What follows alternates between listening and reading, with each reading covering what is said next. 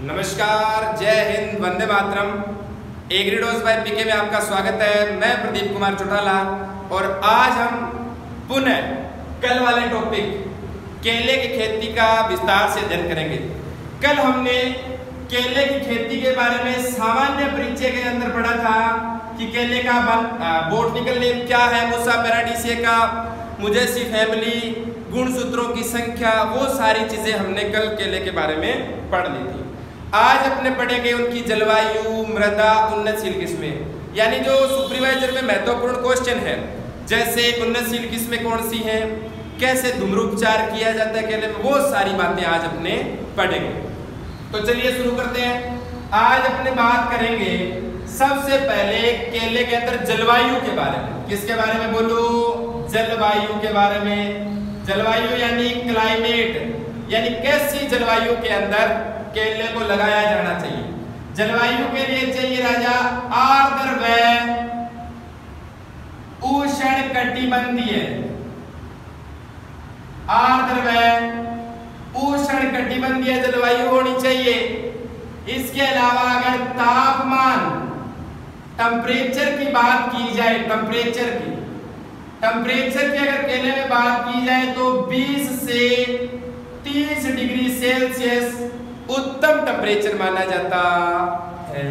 इसके अलावा केले के अंदर मृदा की बात की जाए, मिट्टी यानी सोइल, मृदा की बात की जाए तो केले के अंदर अपने जो मुख्यतः मृदा यूज करनी चाहिए उसका पीएच 6.5 से 7.5 के मध्य होना चाहिए। साथ ही वो मृदा दोमट व काली कपासीय मृदा, दोमट व काली कपासीय मृदा सबसे अच्छी मानी जाती है। मृदा का पीएच 6.5 से 7.5 होना चाहिए। इसके अलावा दोमट व काली कपासीय, यानी जो कपास की खेती जब अपने पढ़ते हैं, कपास गोसिपियम स्पीसीज, मालवेसी फैमिली का, कपास के लिए भी काली मृदा अच्छी मानी जाती है। वैसे ही केले की खेती के लिए काली कपास या मृदा और दोमट मृदा अच्छी मानी जाती है। पहला पॉइंट तो हो गया जलवायु संबंधी। नंबर दूसरी बात, अब इसमें अपने पढ़ेंगे गड्ढों का आकार और उन्नतशील किस्म। सबसे पहले अपने बात कर रहे हैं केले में उन्नतशील किस्मों के बारे में। किसके बारे में बोलो? उन्नतशील किस्में यानी इंप्रूव्ड वैरायटीज। अब केले में काफी सारी इंप्रूव्ड वैरायटी है, लेकिन अपने उन इंपॉर्टेंट वैरायटियों के बारे में बात करेंगे जो एग्जाम के पॉइंट ऑफ व्यू से काफी इंपॉर्टेंट है और कुछ एक वैरायटियों के आने के पूरे चांसेस हैं। देखो जो वैरायटियां हैं केले के अंदर अपने पढ़ते हैं पूवन, नेंद्रान, चक्रकेली, वीरूपक्षी, रसथाली, कारपूरावल्ली,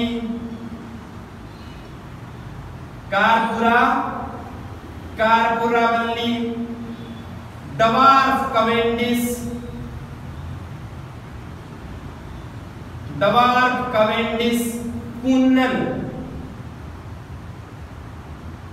कूनन, ये वैरायटियां केले में मुख्य पढ़ी जाती है। पूवन हो गई, नेंद्रान, चक्रकेली, वीरूपक्षी, रस की थाली, कारपूरावल्ली, ड्वार्फ कवेंडिस, कूनन। अब इसमें देखो इंपॉर्टेंट कौन सी है, सबसे ज्यादा क्या चीजें देखो। पूवन और जो नेंद्रान वैरायटी है, इन वैरायटियों का फिग व चिप्स बनाने में प्रयोग किया जाता है। फिग कोमा चिप्स बनाने में। तो क्वेश्चन आ सकता है केले की उस वैरायटी का नाम लिखिए जो फिग व चिप्स बनाने में प्रयोग की जाती है। तो पूवन व नेंद्रान। इसके अलावा सबसे मीठी वैरायटी, सबसे ज्यादा अगर मीठी वैरायटी की बात की जाए तो कौन सी है बोलो? कारपूरावल्ली। कारपूरावल्ली है वो सबसे मीठी वैरायटी। डवार्फ कवेंडिस सर्वाधिक लगाई जाने वाली, यानी बहुतायत मात्रा में अपने भारत में जो वैरायटी लगाई जाती है वो कौन सी है? डवार्फ कवेंडिस। सर्वाधिक उगाया जाने वाला केला, सर्वाधिक उगाया जाने वाला, और कितने परसेंट? लगभग 58% ड्वार्फ कैवेंडिश अपने इंडिया में लगाया जाता है। इसके अलावा अन्य वैरायटियां भी लगती है, यानी ड्वार्फ कैवेंडिश का जो रेशियो है यानी 60% का नेड़ा नेड़ा तो एक ही आ गई, बाकी अन्य वैरायटियां अलग अलग होगी। इसके बाद अपने बात करते हैं कुन्नन। छोटे बच्चों के लिए जो खाद्य पदार्थ बनते हैं, नवजात शिशुओं के लिए, नवजात शिशु हैं, इन शिशुओं के लिए जो खाद्य पदार्थ है, खाद्य पदार्थ बनाने के लिए किसका प्रयोग किया जाता है? बोलो, कुन्नन का। तो ये मुख्य मुख्य वैरायटियां, जिसमें पूवन और नेंद्रान से फिग व चिप्स, चक्कर केली, विरूपक्षी और ये रस थालियां, ये प्रतिरोधी वैरायटियां हैं। जैसे आगे अपने पढ़ेंगे शीर्ष गुच्छा रोग, पनामा विल्ट, उनके प्रतिरोधी वैरायटियां। कारपूरावल्ली सबसे मीठी, ड्वार्फ कैवेंडिश सर्वाधिक मात्रा में लगाई जाने वाली, कुन्नन जो है वो नवजात शिशुओं के खाद्य पदार्थों के लिए प्रयोग की जाती है। ये हो गया जलवायु और उन्नतशील विषय में। इसका आप स्क्रीनशॉट ले लो या इसको लिख लो, फिर मैं इरेज कर देता हूं।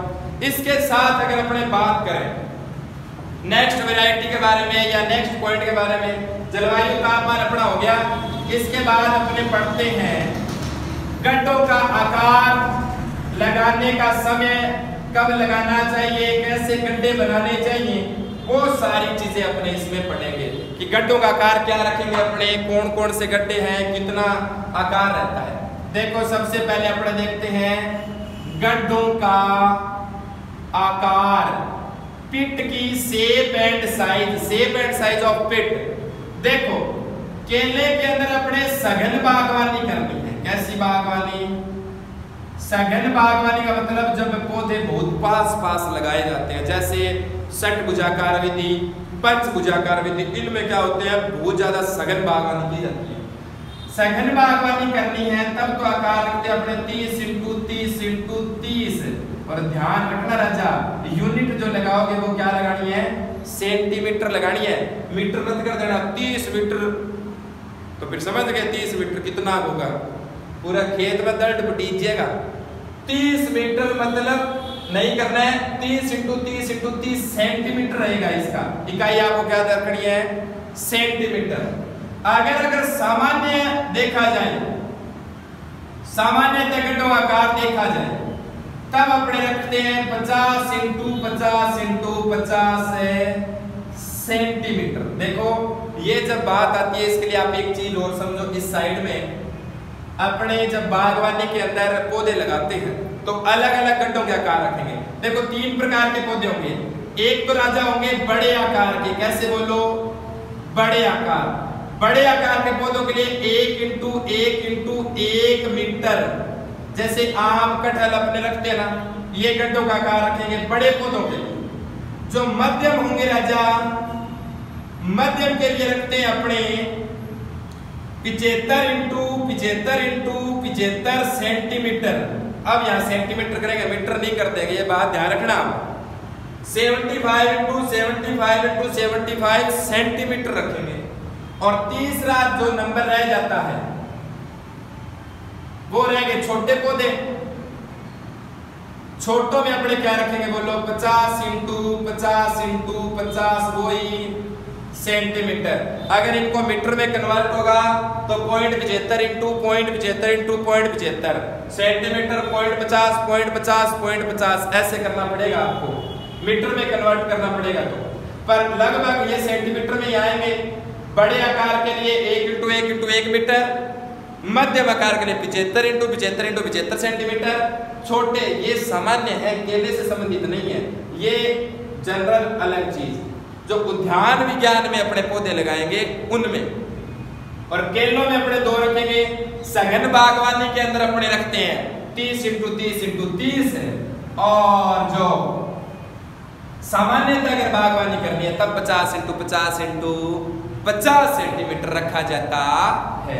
आगे देखो राजा, जो दूरी है या डिस्टेंस है L × P रखा जाता है, वो 1.5 × 1.5 मीटर। देखो दूरी ज्यादा रखी जाएगी क्योंकि एक पौधा जब आकार में बड़ा होगा तो वो पत्तियां भी बनेंगी और एक स्थान भी घेरेगा निश्चित।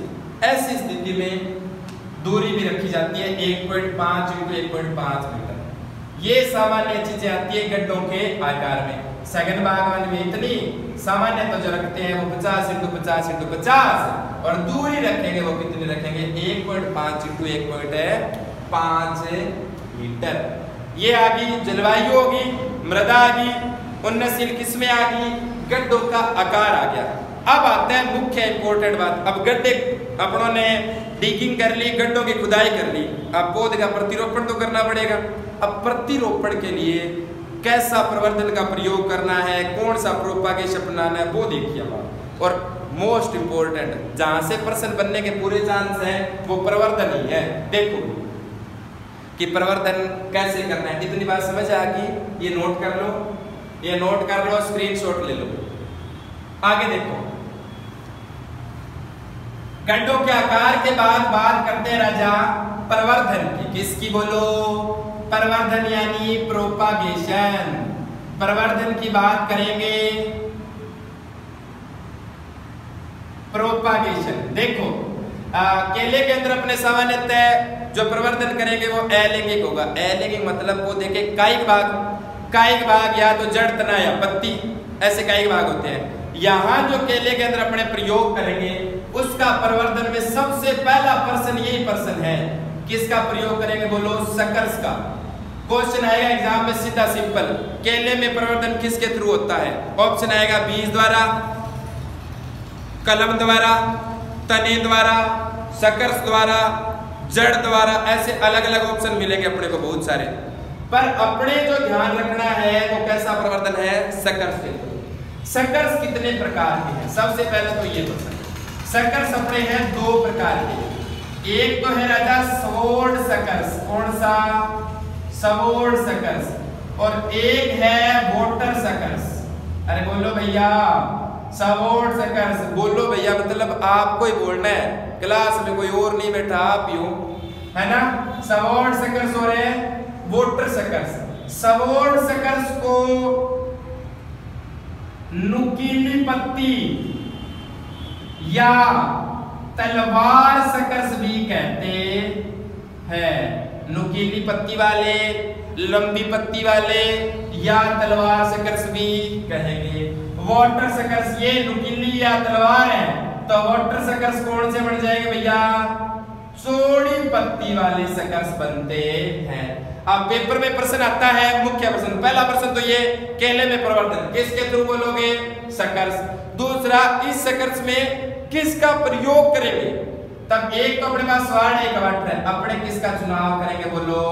स्वार्ड सकर्स का चुनाव करते हैं। एक तो आपका स्वार्ड सकर्स होगा, दूसरा आपका वाटर सकर्स होगा, तो अपने चुनाव किसका करेंगे? स्वार्ड सकर्स का। अब मैं लिख रहा हूं स्वार्ड सकर्स और उससे संबंधित महत्वपूर्ण बातें देखो भैया। स्वार्ड सकर्स में राजा है क्या? स्वार्ड सकर्स देखो, सकर्स है क्या? ये जो मुख्य पादप कहते हैं ना, और ये जो भूमिगत भाग है ना, यहाँ से कुछ लंबी पतली संरचनाएं निकलती हैं। इन संरचनाओं को ये अपने क्या कहते हैं? सकर्स कहेंगे। आगे ना बात समझ में?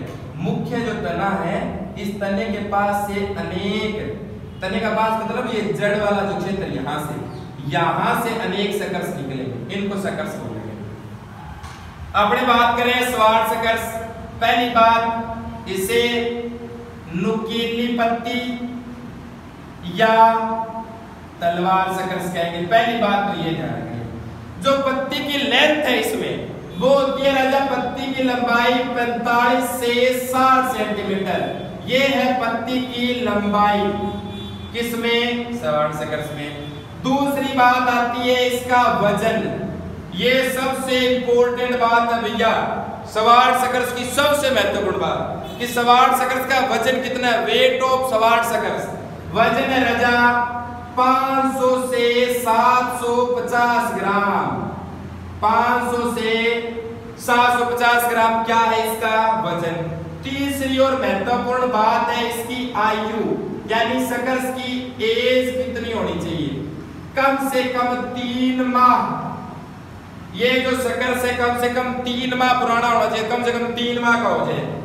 स्वार्ड सकर्स से संबंधित महत्वपूर्ण बातें इतनी है। अगर अपने स्वार्ड सकर्स का चुनाव कर रहे हैं ना, तो इतनी चीजें अपने पास होनी चाहिए। पहला पत्तियां नुकीलियां तलवार कहेंगे। पत्ती की जो लंबाई है वो 45 से 60 रहेगी, वजन 500 से 750 रहेगा और एज कितनी रहेगी 3 माह। सबसे अलग बात, फलन कब हो जाएगा सर?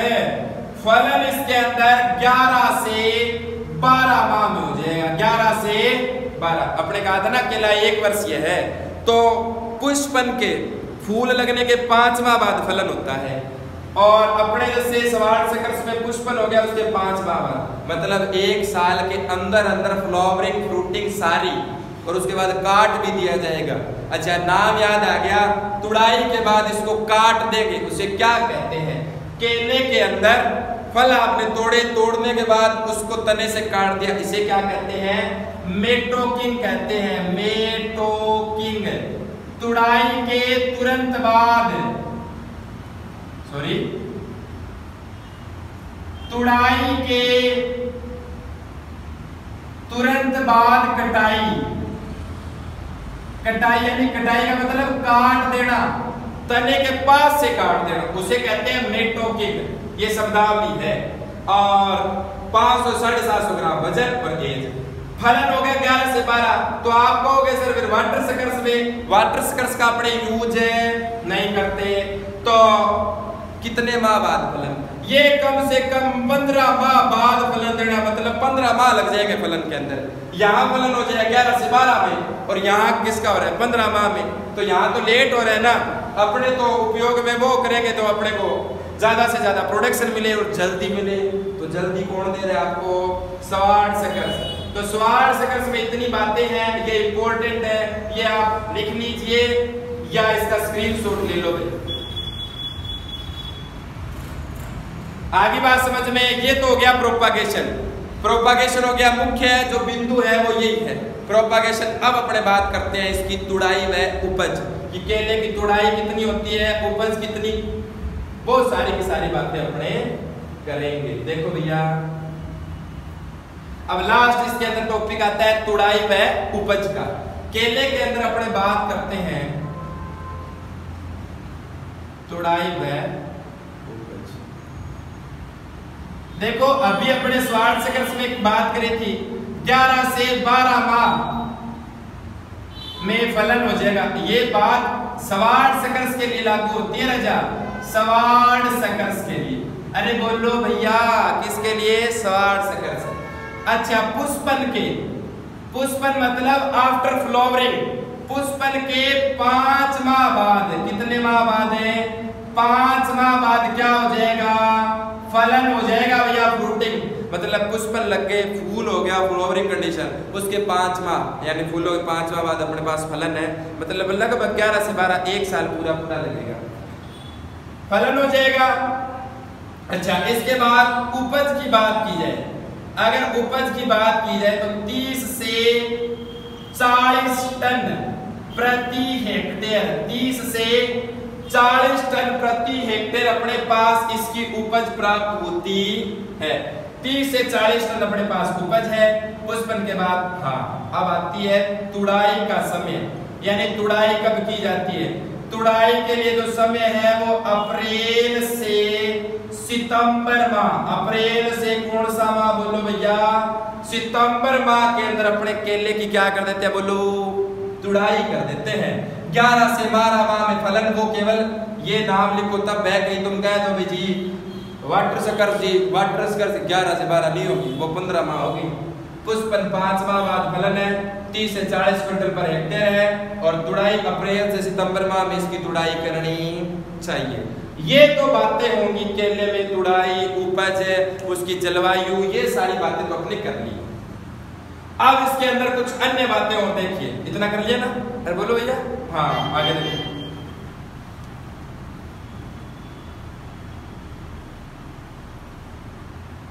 अब इसके अंदर तुड़ाई व उपज के बाद केले में अपने पढ़ते हैं।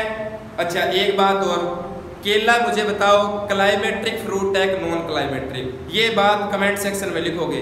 केला क्लाइमेट्रिक फ्रूट है कि नॉन क्लाइमेट्रिक? कल की वीडियो में मैं एक्सप्लेन करूंगा नॉन क्लाइमेट्रिक और क्लाइमेट्रिक क्या होते हैं, है ना? आप आज कमेंट सेक्शन में लिखो केला क्लाइमेट्रिक है कि नॉन क्लाइमेट्रिक है। अच्छा, अब देखो राजा, केलों को पकाना पड़ेगा, यानी तुड़ाई के बाद पकाए जाते हैं। तुड़ाई के बाद पकाया जा रहा है, तो किस प्रकार का है? हिंट मैंने आपको दे दी क्लाइमेट्रिक और नॉन क्लाइमेट्रिक की। तुड़ाई के बाद भी केला पकाया जाएगा, तो अब आप सोचो क्लाइमेट्रिक होगा कि नॉन क्लाइमेट्रिक। देखो, तुड़ाई के बाद पकाएंगे तो अपने करते हैं राजा पहला धूम्र उपचार। क्या करते हैं बोलो? धूम्र उपचार, धुओं में रखते हैं केलों को। धुओं के अंदर रखने के लिए समय देखो राजा 30 से 48 घंटे, 30 से 48 घंटे इसका समय है। अब इसका 2 सीजन में, अगर गर्मियों में केलों का उपचार करवा रहे हो आप, तब तो 18 से 24 घंटे रखना है, और अगर सर्दियों में करवा रहे हो उपचार, तब आपको कितना रखना है? 48 घंटे रखना है। ये तो हो गया धूम्र उपचार। और एक होगा रसायनों द्वारा, केमिकल द्वारा। रसायनों के अंदर अपने यूज करते हैं राजा इथरेल। क्या यूज करते हैं? इथरेल ले लो आप 200 ml, और सोडियम हाइड्रोक्साइड NaH ले लो 10 से 15 ग्राम। कितना बोलो? 10 से 15 ग्राम। 200 ml तो क्या लेंगे? इथरेल, और 10 से 15 ग्राम क्या लेंगे? NaOH।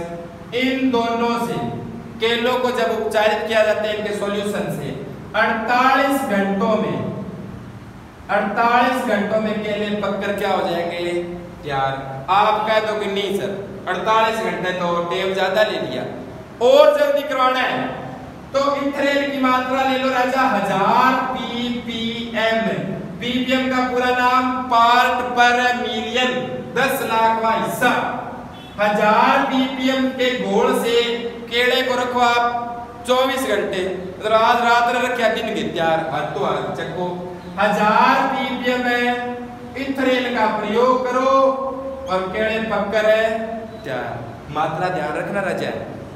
अगर रसायनों के अंदर इथरेल और NaOH की बात आती है तो 200 ml इथरेल और 10 से 15 ग्राम सोडियम हाइड्रोक्साइड मिला के अपने करेंगे तो 48 घंटों में, और 1000 ppm इथरेल 24 घंटे में तैयार है। अरे बोलो अगले दिन ही उठते ही केला तैयार है। अरे बोलो भैया, ये हो गया केलों को पकाना धूम्र उपचार से। लिख लो इनको या स्क्रीनशॉट ले लो भैया। कर लिया भाई? आगे देखो राजा, अब कुछ केले संबंधी शब्दावलियां जो पेपर में बहुत ज्यादा पूछी जाती है वो और देख लो। यानी अब अपने टॉपिक के अंतिम सिरे पर हैं, और केले के संबंधी शब्दावलियां देखो राजा, क्या क्या डिक्शनरी यूज की जाती है। नंबर 1 पे नाम देखो प्रोपिंग, पहला नाम क्या है, और ये नाम बहुत बार यूज हो गया प्रोपिंग। उसके बाद नंबर 2 मैंने ऊपर लिखा था मेटोकिंग, क्या नाम लिखा। इसके अलावा नंबर 3 डेन वेलिंग या डेना वेलिंग, एक ही बात है, डेन वेलिंग। इसके अलावा रेटूनिंग या पेड़ी फसल, रेटूनिंग या पेड़ी फसल। और जो 5वां बिंदु है राजा वो है अर्थिंग अप। अर्थिंग अप, इसको हिंदी में कहेंगे मिट्टी चढ़ाना। और लास्ट रह जाता है 6 नंबर रेपिंग। 6 नंबर क्या रह जाता है? रेपिंग। तो पहला है प्रोपिंग, दूसरा है मेटोकिंग, डेनवेलिंग, रेटूनिंग या पेड़ी फसल, अर्थिंग अप और रेपिंग। देखो राजा, प्रोपिंग, केले का जो तना है इस तने को सहारा प्रदान करना। इस तने को क्या प्रदान करना बोलो? सहारा प्रदान करना। जैसे देखो एक शब्द और यूज कर रहा हूं मैं सहारे से संबंधित। टमाटर के अंदर कोमल तने वाले पौधे, जिनके तना कैसा है? कोमल तना है। कोमल तने वाला जो प्लांट है, इस तने के ऊपर इस प्लांट को एक लकड़ी या आर्टिफिशियली हेल्प करते हैं। कोमल तने वाले कह रहा हूं मैं, टमाटर नाम लिया है, उसे स्टेकिंग कहते हैं। क्या कहते हैं? स्टेकिंग। ठीक है। और यहाँ भी सहारा दिया था, यहाँ भी केले को अपने सहारा देंगे आर्टिफिशियली। उसे क्या कहेंगे राजा? प्रोपिंग कहते हैं। अरे बोलो भैया, प्रोपिंग है। उसके बाद आता है मेटोकिंग। फसल की तुड़ाई के पश्चात, किसके पश्चात बोलो? तुड़ाई के पश्चात तने को काटना, तने को काटना क्या कहलाता है बोलो? मेटोकिंग। साथ साथ काट दिया। इसके बाद आता है राजा डेनवेलिंग या डेनावेलिंग। नर पुष्पों को हटाना, नर पुष्पों को हटाना, ये क्या कहलाता है? डेनावेलिंग। इंपॉर्टेंट है पेड़ी या रेटूनिंग। ये बात एग्रीकल्चर सुपरवाइजर के लिए इंपॉर्टेंट, जेड, आईसीआर और 12th क्लास एग्रीकल्चर चारों के लिए इंपॉर्टेंट बात। रेटूनिंग या पेड़ी फसल, इस मुख्य तना है, इस मुख्य तने के पास से जो सकर्स निकले ना, इन्हीं सकर्स के द्वारा अन्य फसल लेना। जैसे इसको तो अपने काट दिया, मेटोकिंग। अब इससे एक नया सकर्स बना, और वो भी सकर्स कौन सा? स्वाड सकर्स है। उस सकर्स का आपने चुनाव करके जो फसल लोगे नेक्स्ट आगे वाली जो फसल, उस फसल को क्या कहते हैं? पेड़ी फसल या रेटूनिंग कहते हैं। मुख्य फसल की जो कटाई है, कटाई और उसी पादप में, उसी तने के पास में जो सकर्स निकले हैं, उन सकर्स के द्वारा नई फसल लेना क्या कहलाता है? रेटूनिंग। मुख्य तने को काटने के पश्चात उसी से उत्पन्न सकर्स द्वारा नई फसल लेना।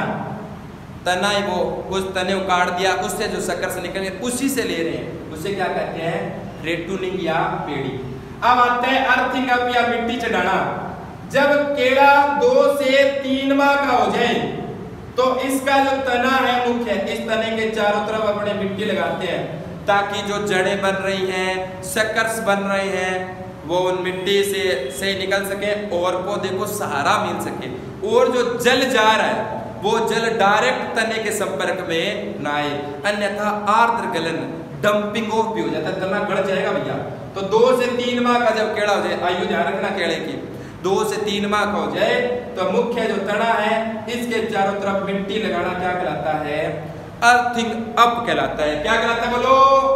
अर्थिंग अप कहलाता है। और लास्ट आता है रेपिंग। रेपिंग कह दो, कवरिंग कह दो। जो केले के फल हैं, अब गाँव में देखा होगा, किसी के अपने घरों में जाते हैं तो किन्हीं के अमरूद लगे होते हैं, किन्हीं के अनार, तो वहाँ कोथलियाँ बांध दे, यानी लिफाफा बांध देते हैं उनके चारों तरफ, ढक के रखा, कोई देख ले तो मांगे लीजिए वो। इसलिए केले में आती है रेपिंग। रेपिंग में क्या करेंगे? केले के फलों को ढक देना। क्या कहलाता है? फलों को ढकना। फलों को क्या कहलाता है बोलो? रेपिंग कहलाता है। ये सारी की सारी शब्दावलियां, प्रोपिंग सहारा देना, मेटोकिंग तुड़ाई के पश्चात तने को काट देना, डेनावेलिंग नर पुष्पों को हटाना, रेटूनिंग या पेड़ी फसल मुख्य तने को काटने के पश्चात उसी से उत्पन्न सकर से नई फसल या पेड़ी फसल, मिट्टी चढ़ाना 2 से 3 माह के केलों में, और रैपिंग फलों को ढकना क्या कहलाता है? रेपिंग कहलाता है। ये केले से संबंधित मुख्य सारी शब्दावलियां आ गई। इसके अलावा केले के अंदर 2 चीजें और ध्यान रखना। रोग पूछे जाते हैं केले में, और रोगों के अंदर और कीटों के अंदर या रोग और व्याधियां जितनी भी केले में आएंगे, उसमें सबसे 2 जो मुख्य है वो है, एक तो है पनामा विल्ट। कौन सा बोलो? Panama wilt. और दूसरा कौन सा है? शीर्ष गुच्छा। कौन सा भैया? शीर्ष गुच्छा रोग होता है। एक पनामा विल्ट है और दूसरा शीर्ष गुच्छा रोग अपने इसके अंदर पड़ते हैं। ये सारा लिख लिया ना? चलो इसकी स्क्रीनशॉट ले लो एक बार। प्रोपिंग, मेटोकिंग, डेनेवेलिंग, रेटूनिंग, अर्थिंग अप, रेपिंग। अब कीट व रोगों के अंदर अपने मुख्य 2 है भैया, और इन दोनों से प्रश्न आता है। ठीक है, एक तो अपने कह रहे हैं पनामा विल्ट और एक अपने कह रहे हैं शीर्ष गुच्छा। पनामा विल्ट और दूसरा शीर्ष गुच्छा। पनामा जो विल्ट है वो फ्यूजेरियम ऑक्सीस्पोरम